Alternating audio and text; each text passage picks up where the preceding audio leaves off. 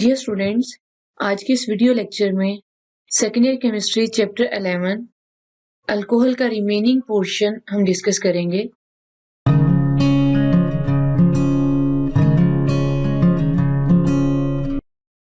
जो अल्कोहल का remaining portion है Lucas test, distinction between methanol and ethanol and uses of alcohols. आज के इस वीडियो लेक्चर में हमने इन 3 पॉइंट्स को डिस्कस करना है। सबसे पहले हम डिस्कस करेंगे ल्यूकस टेस्ट, यानी distinction between primary, secondary and tertiary alcohols. Dear students, अगर हमारे पास 3 तरह के अल्कोहल मौजूद है, हमें नहीं पता कि प्राइमरी कौन सी है, सेकेंडरी अल्कोहल कौन सी है और टर्शियरी अल्कोहल कौन सी है। इन तीनों अल्कोहल्स में तमीज करने के लिए, यानी इन तीनों अल्कोहल्स में फर्क करने के लिए कौन सी प्राइमरी है, कौन सी सेकेंडरी है, कौन सी टर्शियरी अल्कोहल है, हम एक टेस्ट करेंगे। उस टेस्ट का नाम है Lucas test. Primary, secondary and tertiary alcohols are identified by Lucas test. Lucas test में जो रिएजेंट्स यूज होते हैं वो है concentrated hydrochloric acid and anhydrous zinc chloride. This test requires concentrated HCl and anhydrous zinc chloride ZnCl2। जब alcohol Lucas reagent की मौजूदगी में रिएक्शन करता है तो प्रोडक्ट हमारे पास आती है अल्काइल हैलाइड। ये जो अल्काइल हैलाइड है ये एक ऑयली प्रोडक्ट हमारे पास आएगी। Alkyl halides appear as a oily products. तो स्टूडेंट, सबसे पहले हम प्राइमरी अल्कोहल को देखेंगे। प्राइमरी अल्कोहल की पहचान ये है कि फंक्शनल ग्रुप के साथ जो कार्बन अटैच होती है उस कार्बन को अल्फा कार्बन कहते हैं। अब आपने जहन में ये बात रखनी है कि अल्फा कार्बन के साथ डायरेक्टली एक कार्बन अटैच होनी चाहिए। डायरेक्टली एक कार्बन अटैच होगी इट मीन्स कि एक बीटा कार्बन है, तो इसे हम क्या कहेंगे? प्राइमरी अल्कोहल कहेंगे। इसे 1 डिग्री अल्कोहल भी कहते हैं। अब जहन में ये चीज रखिएगा कि वो अल्कोहल जो ल्यूकस रिएजेंट से रिएक्शन करता है और ऑन हीटिंग हमारे पास ऑयली लेयर आई, यानी जो अल्काइल हैलाइड आना है वो अपीयर हो एज ए ऑयली प्रोडक्ट। याद रखिएगा ऑन हीटिंग, तो हम कहेंगे कि ये जो अल्कोहल है ये प्राइमरी अल्कोहल है।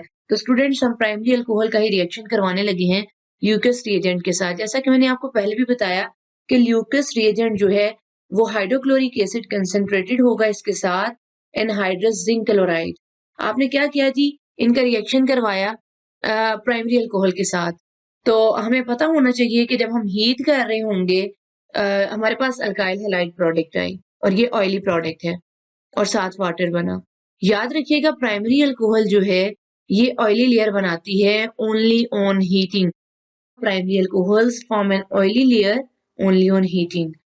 अब हम एक और अल्कोहल का रिएक्शन करवाएंगे ल्यूकस रिएजेंट के साथ। ये अल्कोहल हमारे पास सेकेंडरी अल्कोहल है। जैसे कि मैं पहले भी बता चुकी हूँ कि ल्यूकस रिएजेंट जो है वो है concentrated hydrochloric acid and anhydrous zinc chloride. जब आपने सेकेंडरी अल्कोहल में ल्यूकस रिएजेंट ऐड करने हैं तो 5 to 10 मिनट्स में अगर ऑयली लेयर बन जाती है तो आपने समझ जाना है कि जो अल्कोहल आपने यूज की थी वो सेकेंडरी अल्कोहल ही है। एक दफा फिर से बताती हूँ, जो सेकेंडरी अल्कोहल है अगर उसका ल्यूकस रिएजेंट के साथ रिएक्शन करवाया जाए तो वो 5 to 10 मिनट्स में ऑयली लेयर बनाती है, यानी जो अल्काइल हैलाइड है और साथ वाटर बनेगा। यहाँ पे मैं बताती चलूं, अल्फा कार्बन है उसके साथ 2 बीटा कार्बन अटैच होनी चाहिए, यानी हम कह सकते हैं कि हाइड्रोक्सिल ग्रुप के साथ जो कार्बन अटैच होगी वो अल्फा कार्बन है। अब अल्फा कार्बन के साथ जितनी कार्बन डायरेक्टली अटैच होंगी वो बीटा कार्बन कहलाती हैं। यहाँ पे आप देख सकते हैं कि 2 अल्काइल ग्रुप यानी 2 कार्बन जो है वो अल्फा कार्बन के साथ डायरेक्टली अटैच हैं, तो ऐसी अल्कोहल को सेकेंडरी अल्कोहल कहा जाता है। अगर हम सेकेंडरी अल्कोहल का रिएक्शन ल्यूकस रिएजेंट के साथ करवाते हैं तो 5 to 10 मिनट्स में अगर ऑयली लेयर आ जाती है तो ये इस चीज को कंफर्म करती है कि जो आपने अल्कोहल यूज की थी वो वाकई ही सेकेंडरी अल्कोहल है। लेकिन जी हमारे पास ये है टर्शियरी अल्कोहल। जब टर्शियरी अल्कोहल का रिएक्शन करवाएंगे ल्यूकस रिएजेंट के साथ तो इमीडिएटली यानी फौरन ही आपके पास ऑयली लेयर आ जाएगी, यानी अल्काइल हैलाइड बनेगा। आप जानते हैं कि यहाँ पे अल्काइल हैलाइड है और alkyl halide appear as a oily product, साथ वाटर बनता है। Tertiary alcohols form an oily layer immediately. और टर्शियरी अल्कोहल की पहचान ये है कि हाइड्रोक्सिल ग्रुप के साथ जो कार्बन अटैच है वो अल्फा कार्बन है। अल्फा कार्बन का फर्दर 3 कार्बन के साथ डायरेक्टली बॉन्ड होगा जो कि बीटा कार्बन होंगी। टर्शियल अल्कोहल को हम 3 डिग्री अल्कोहल कहते हैं। स्टूडेंट्स, अब हम मेथनॉल और एथेनॉल में क्या फ़र्क है उसे देखेंगे। Distinction between methanol and ethanol. Alcohols can be distinguished by iodoform test. Students, हमारे पास 2 कलरलेस लिक्विड्स मौजूद हैं। एक है मेथनॉल और दूसरा है एथेनॉल। हमने फाइंड करना है कि इसमें मेथनॉल कौन सा है और एथेनॉल कौन सा है। तो हम क्या करेंगे कि एक एक्सपेरिमेंट परफॉर्म करेंगे। हम 2 अलग-अलग टेस्ट ट्यूब्स लेंगे, दोनों अपने कलरलेस लिक्विड उन दोनों टेस्ट ट्यूब्स में डालेंगे। फिर हमने दोनों में क्या करना है, आयोडीन के कुछ ड्रॉप्स ऐड करने हैं। फिर ड्रॉप वाइज आपने इन दोनों टेस्ट ट्यूब में सोडियम हाइड्रोक्साइड बेस ऐड करनी है, तो आप देखेंगे कि कलर चेंज होगा। और फिर आपने उन दोनों टेस्ट ट्यूब को क्या करना है, गर्म पानी के बीकर में रखना है।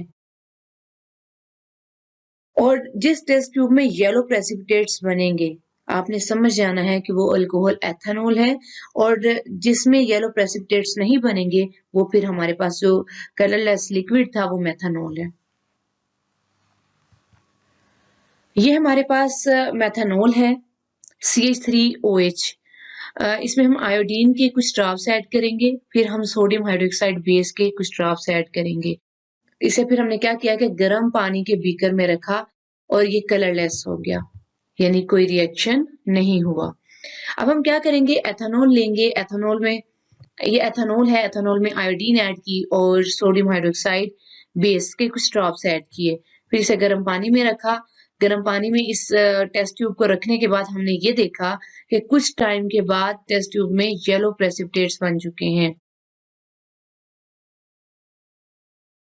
इसमें जो येलो प्रेसिपिटेट्स बने हैं, उसने इस चीज को कंफर्म किया है कि ये आइडोफॉर्म है।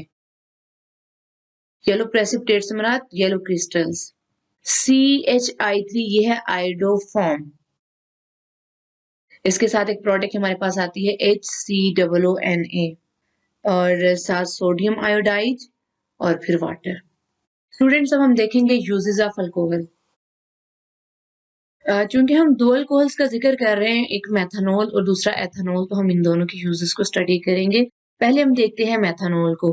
Methanol is used as a solvent for fats, oils, paints and varnishes. Methanol को हम यूज कर सकते हैं एज ए एंटी फ्रीज।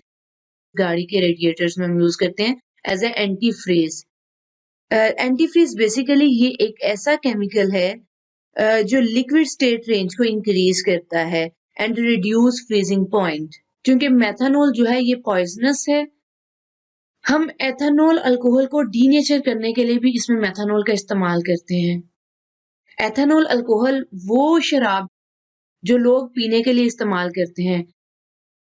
फिर क्या किया जाता है कि एथेनॉल को सेव करने के लिए उसमें मेथनॉल की कुछ क्वांटिटी ऐड कर दी जाती है। जब एथेनॉल में मेथनॉल की कुछ क्वांटिटी को ऐड कर दिया जाता है, तो फिर एथेनॉल को ड्रिंक नहीं किया जा सकता। इसलिए हम कहते हैं कि एथेनॉल को डीनेचर करने के लिए हम उसमें मेथनॉल ऐड कर रहे हैं। Methanol is poisonous. Ethanol is used as a polar solvent, as a drink, जैसा कि मैं पहले बता चुकी हूँ कि एथेनॉल को पीने के लिए इस्तेमाल किया जाता है, यानी शराब के तौर पे जो पीने के लिए इस्तेमाल किया जाता है। और कुछ कंट्रीज में एथेनॉल को एज अ फ्यूल भी इस्तेमाल किया जाता है, गाड़ियों में इस्तेमाल किया जाता है इसे।